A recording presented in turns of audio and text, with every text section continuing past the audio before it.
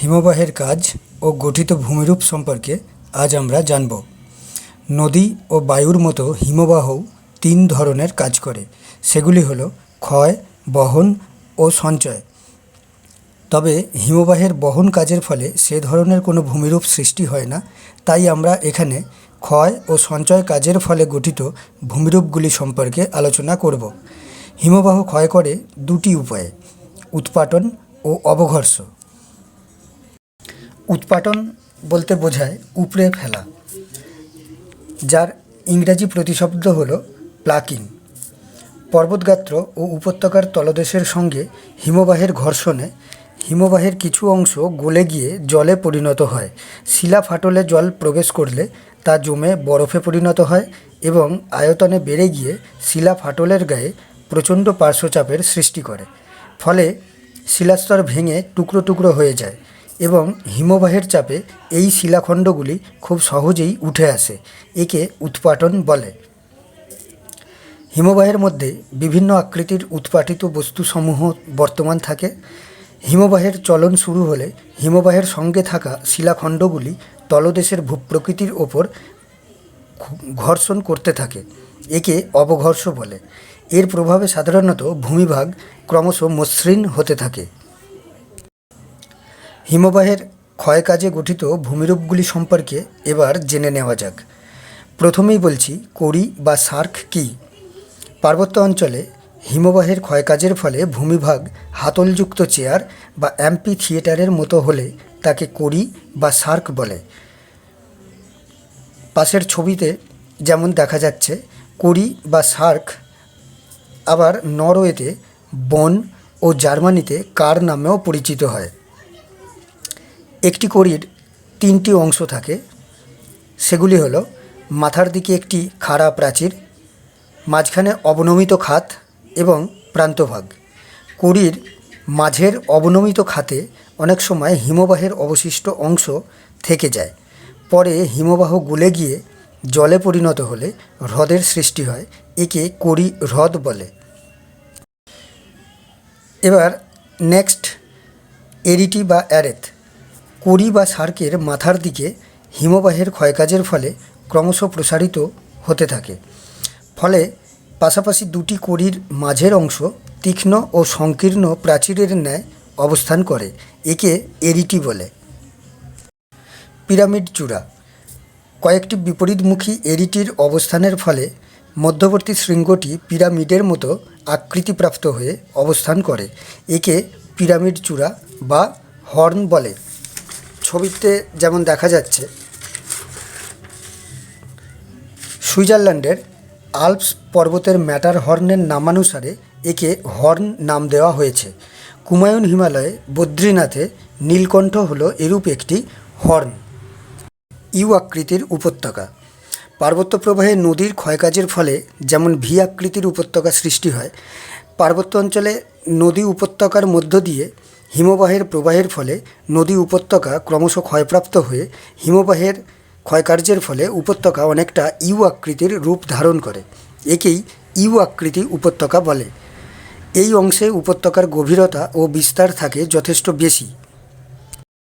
হিমশিরি বা হিমসোপান। হিমবাহ অধ্যুষিত অঞ্চলে অসম ক্ষয়কার্যের ফলে উপত্যকা বরাবর সিঁড়ি বা ধাপের সৃষ্টি হয়। এগুলিকেই হিমশিরি বা হিমসোপান বলে। এই হিমশিরির নিচের দিকের অংশ থেকে এই যে খাড়া অংশ উঠে আসে, এটিকে বলা হয় রাইজার। আর পিছনের দিকে ঢাল বিশিষ্ট এই যে সমতল অংশ রয়েছে, এর নাম হলো ট্রেড। রাইজার এবং ট্রেডের মধ্যবর্তী অংশটিকে বলা হয় রিগেল। হিমশিরি অংশে হিমবাহ সরে গিয়ে জল জমলে সেখানে হ্রদের সৃষ্টি হয় এবং এই হ্রদকে বলে প্যাটারনস্টার হ্রদ। ঝুলন্ত উপত্যকা। প্রধান হিমবাহের সাথে অনেকগুলি ছোট ছোট হিমবাহ এসে মিলিত হয়। প্রধান হিমবাহ আকারে এবং আয়তনে অনেক বড় হওয়ায় তার দ্বারা সৃষ্ট উপত্যকা ক্ষুদ্র উপহিমবাহ সৃষ্ট উপত্যকা অপেক্ষা বেশি গভীর হয়। তাই এরূপ অবস্থায় ক্ষুদ্রাকার হিমবাহ উপত্যকা মনে হয় যেন প্রধান হিমবাহ উপত্যকার উপরে ঝুলন্ত অবস্থায় রয়েছে। একে বলা হয় ঝুলন্ত উপত্যকা। এই ঝুলন্ত উপত্যকায় হিমবাহ সরে গিয়ে বা হিমবাহের স্থানে যদি নদী প্রবাহিত হয় তাহলে জলপ্রপাতের সৃষ্টি হয়। বদ্রীনাথের নিকট ঋষিগঙ্গা হলো এই ধরনের একটি ঝুলন্ত উপত্যকার উদাহরণ। উপত্যকার মধ্যে দিয়ে হিমবাহ প্রবাহিত হবার সময় দুদিকের স্পার বা পর্বতের অভিক্ষিপ্তাংশগুলিকে ক্রমশ ক্ষয় করতে থাকে।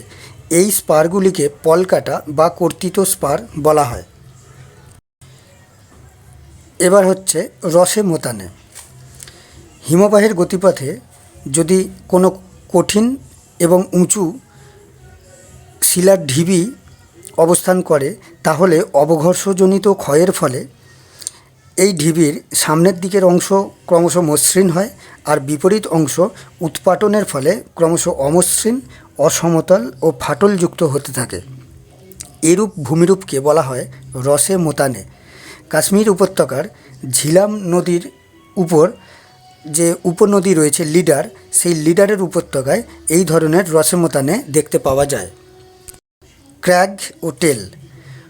উচ্চ পার্বত্য অঞ্চলে হিমবাহ প্রবাহ পথে যদি কোনো বৃহৎ এবং উঁচু কঠিন শিলা অবস্থান করে তাহলে হিমবাহের ক্ষয়কার্য থেকে এই পেছনের শিলাকে, এই শক্ত শিলাটি রক্ষা করে।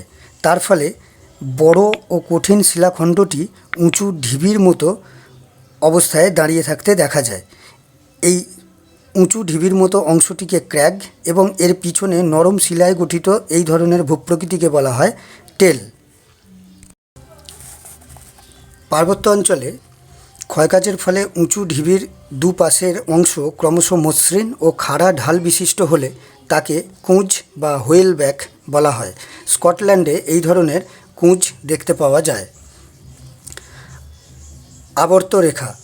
পার্বত্য অংশে কোমল শিলাস্তরের ওপর দিয়ে হিমবাহ প্রবাহিত হবার সময় ক্ষয়কাজের ফলে শিলাস্তরে সুদীর্ঘ ও সুগভীর গর্তের সৃষ্টি হয়। এই গর্তগুলিকে আবর্তরেখা বলে। কানাডার ম্যাকেঞ্জি উপত্যকায় এই ধরনের আবর্তরেখা দেখতে পাওয়া যায়। ফিয়র্ড। উপকূলবর্তী অঞ্চলে হিমবাহের ক্ষয়কাজের ফলে উপত্যকা সমুদ্রপৃষ্ঠ অপেক্ষা যথেষ্ট গভীর হয়। এই গভীর অংশ জলমগ্ন হলে একে ফিয়র্ড বলে। এক্ষেত্রে একটি জিনিস মনে রাখতে হবে যে সমুদ্রের যে পৃষ্ঠতল থাকে সেই পৃষ্ঠতলের থেকে ফিয়র্ডের গভীরতা থাকে অনেকটা বেশি, অর্থাৎ ফিয়র্ডের অবস্থান সমুদ্র পৃষ্ঠতলেরও নিচে।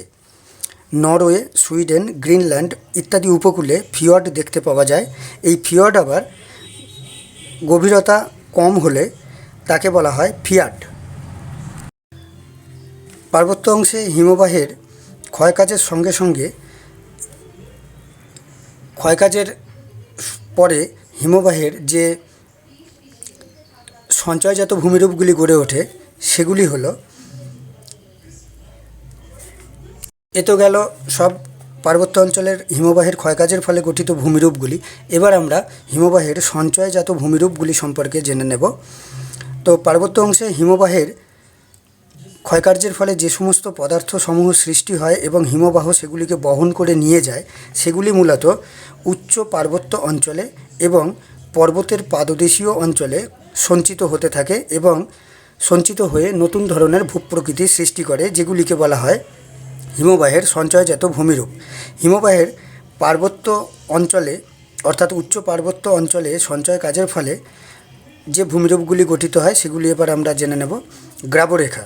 হিমবাহের ক্ষয়জাত দ্রব্যগুলি হিমবাহের সাথে বাহিত হয়ে উপত্যকার বিভিন্ন অংশে সঞ্চিত হতে থাকে। এই ধরনের সঞ্চয়কে বলা হয় গ্রাবরেখা। অবস্থানের পরিপ্রেক্ষিতে গ্রাবরেখাকে বিভিন্ন নামে বা বিভিন্ন ভাগে ভাগ করা হয়। হিমবাহের প্রবাহ পথের যদি দুদিকে এই গ্রাবরেখা সঞ্চিত হয় তাহলে তাকে বলা হয় পার্শ্বগ্রাবরেখা। দুটি হিমবাহের পাশাপাশি মিলনের ফলে মিলনাঞ্চলে যে গ্রাবরেখা গড়ে ওঠে তাকে বলা হয় মধ্যগ্রাবরেখা। আর হিমবাহ যেখানে এসে শেষ হয় অর্থাৎ একেবারে গলে যায়, মানে মেল্টিং পয়েন্টে পৌঁছে যায়, সেখানে যে গ্রাবরেখা গড়ে ওঠে তার নাম হচ্ছে প্রান্তগ্রাবরেখা। হিমবাহের নিচের অংশে বা তলদেশে গ্রাবরেখা সঞ্চিত হলে তাকে বলা হয় ভূমিগ্রাবরেখা। এবং হিমবাহের আগের দিকের অংশে বা অগ্রভাগে ইতস্তত বিক্ষিপ্তভাবে যে গ্রাবরেখা সঞ্চয় হয় তাকে বলা হয় অবিন্যস্ত গ্রাবরেখা। বলয় আকারে এই ধরনের গ্রাবরেখা সঞ্চয়কে বলা হয় বলয়ধর্মী গ্রাবরেখা। গ্রাবরেখা যদি একে অপরের ওপর ক্রমশ সঞ্চিত হতে থাকে তাহলে যে গ্রাবরেখা গড়ে ওঠে তাকে বলা হয় রোজেন গ্রাবরেখা। সমুদ্রের তলদেশে গ্রাবরেখা সঞ্চিত হলে তাকে বলা হয় স্তরায়িত গ্রাবরেখা। এগুলি সব হলো পার্বত্য অঞ্চলে হিমবাহের সঞ্চয় কার্যের ফলে গঠিত ভূমিরূপ। এবার পর্বতের পাদদেশীয় অংশে বা নিচের দিকের অংশে যে ভূমিরূপগুলি গড়ে ওঠে সেগুলি সম্পর্কে আমরা জানব। তবে এই পর্বতের পাদদেশে বা নিচের দিকের অংশে হিমবাহের সঙ্গে জলধারাও সঞ্চয় কার্যে সমান ভূমিকা গ্রহণ করে। তাই এই ধরনের সঞ্চয়কে একসঙ্গে বলা হয় প্লুভিও গ্লাসিয়াল ডিপোজিটস। হিমবাহের সঞ্চয়জাত ভূমিরূপগুলি হলো, এখানে পর্বতের পাদদেশীয় অংশে হিমবাহের সঞ্চয়জাত ভূমিরূপগুলি হলো ড্রামলিন। বিভিন্ন আকৃতির শিলাখণ্ড, নুড়ি, কাঁকর, বালি, কাদা ইত্যাদি হিমবাহ দ্বারা বাহিত হয়ে কোনো স্থানে সঞ্চিত হলে সেখানে উল্টানো নৌকা বা উল্টানো ঝুড়ির মতো ভূমিরূপের সৃষ্টি হয়। এই ধরনের ভূমিরূপকে বলা হয় ড্রামলিন। এই ড্রামলিন এর উচ্চতা থাকে প্রায় 6 থেকে 60 মিটার পর্যন্ত এবং দৈর্ঘ্য থাকে প্রায় কয়েক মিটার থেকে 2 থেকে 3 কিলোমিটার পর্যন্ত হতে পারে। ড্রামলিন অংশে হিমবাহ প্রবাহের দিকটি মসৃণ এবং তার বিপরীত দিকটি অমসৃণ হয়। একসঙ্গে অসংখ্য ড্রামলিন গড়ে উঠলে সেই অঞ্চলটিকে দেখতে হয় ঝুড়ি ভর্তি ডিমের মতো। তাই একে বলা হয় বাস্কেট অব এগ টোপোগ্রাফি। হিমবাহ বাহিত বিভিন্ন আকৃতির শিলাখণ্ড, নুড়ি, কাঁকর, বালি, কাদা ইত্যাদি জলস্রোতের দ্বারা বাহিত হয়ে পর্বতের পাদদেশে নিম্নভূমিতে জমে আঁকাবাঁকা শৈলশিরার মতো যে ভূমিরূপ গড়ে তোলে তাকে বলা হয় এস্কার। এস্কারের গড় উচ্চতা হচ্ছে 3 থেকে 5 মিটার, কিন্তু দৈর্ঘ্য হয় কয়েক কিলোমিটার। এবার হচ্ছে বহিঃবিধৌত সমভূমি।